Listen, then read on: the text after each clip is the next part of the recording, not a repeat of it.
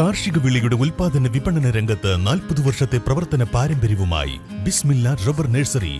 Bismillah rubber nursery, farm and gardens, Vaniyambalam. വോട്ടെടുപ്പ് ചുമതലയുള്ള ഉദ്യോഗസ്ഥർക്ക് വോട്ടവകാശം നിഷേധിച്ചെന്ന് പരാതി. പോളിംഗ് സാമഗ്രികളുടെ വിതരണ കേന്ദ്രമായ നിലമ്പൂർ അമൽ കോളേജിന് മുമ്പിൽ federation of state employees and teachers ഓർഗനൈസേഷന്റെ നേതൃത്വത്തിൽ ധർണ നടത്തി.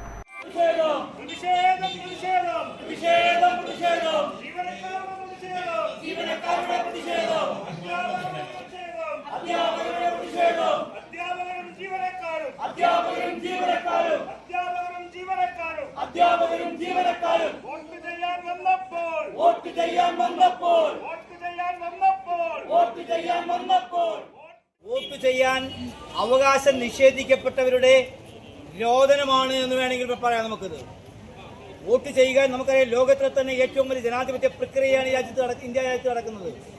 ആ ജനാധിപത്യ പ്രക്രിയയ്ക്ക് ഊണുമുറക്കവും മുടിച്ച് ഇന്ന് രാവിലെ 7 മണി മുതൽ വീട്ടിൽ നിന്ന് 6 മണിക്ക് ഇറങ്ങി 7 മണിക്ക് ഇവിടെ എത്തി, 8 മണിക്ക് ഇവിടെ എത്തി, നാളെ വൈകുന്നേരം 12 മണിയും 1 മണി വരെയും ഒക്കെ ജോലിയെടുക്കുന്ന ജീവനക്കാരുണ്ട്, അധ്യാപകരുണ്ട്. അതിലേറെ കൂടുതൽ ഈ മേഖലയ്ക്ക് വേണ്ടി അല്ലെങ്കിൽ ഈ പ്രക്രിയയുമായി ബന്ധപ്പെട്ട് പ്രവർത്തിക്കുന്ന മറ്റ് ജീവനക്കാരുണ്ട്. അവരുടെ അവകാശമാണ് എല്ലാ കാലത്തും അവർക്ക് കൂടി വോട്ട് ചെയ്യാനുള്ള അവകാശം എന്ന് പറയുന്നത്. രാജ്യത്തെ ബൂത്തുകളിൽ പോയി വോട്ട് ചെയ്യിപ്പിക്കുന്നതിനാവശ്യമായിട്ടുള്ള എല്ലാ ഇടപെടൽ നടത്തുന്നതിന് വേണ്ടിയിട്ടാണ് ഈ അധ്യാപകരും ജീവനക്കാരും ഈ പ്രക്രിയയുടെ ഭാഗമാകുന്നത്. ഇലക്ഷൻ കമ്മീഷൻ പറഞ്ഞതിന്റെ ഭാഗമായിട്ടാണ്, ആർഒമാർ വിളിച്ചതിന്റെ ഭാഗമായിട്ടാണ്, കത്ത് കൊടുത്ത അല്ലെങ്കിൽ ആ തരത്തിലേക്ക് നിയമപരമായ എല്ലാ സംവിധാനങ്ങളുടെയും ഭാഗമായിട്ടാണ് ഈ അധ്യാപകരും ജീവനക്കാരും വോട്ട് ചെയ്യാൻ വേണ്ടി വരുന്നത്, അല്ലെങ്കിൽ ഇലക്ഷൻ ഡ്യൂട്ടിയുമായി ബന്ധപ്പെട്ട് വരുന്നത്. പോസ്റ്റൽ ബാലറ്റിന് അപേക്ഷിച്ചവർക്ക് വോട്ടേഴ്സ് ഫെസിലിറ്റേഷൻ സെന്ററിൽ വോട്ട് ചെയ്യാനാണ് ക്രമീകരണം ഒരുക്കിയിരുന്നത്. അമൽ കോളേജിൽ വണ്ടൂർ, നിലമ്പൂർ മണ്ഡലങ്ങളുടെ വിതരണ കേന്ദ്രങ്ങളുണ്ട്. സെന്ററിൽ വോട്ട് ചെയ്യാൻ ചെന്നപ്പോൾ പട്ടികയിൽ ചിലരുടെ പേരില്ലായിരുന്നു. ജില്ലയിൽ 20,000 ജീവനക്കാർ തെരഞ്ഞെടുപ്പ് ചുമതലയിലുണ്ട്.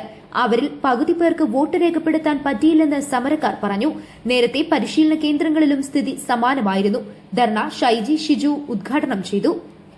കെ അജീഷ് അധ്യക്ഷത വഹിച്ചു. K Umesh, P Rajani, K Vyasan എന്നിവർ പ്രസംഗിച്ചു. News bureau, Nilambur.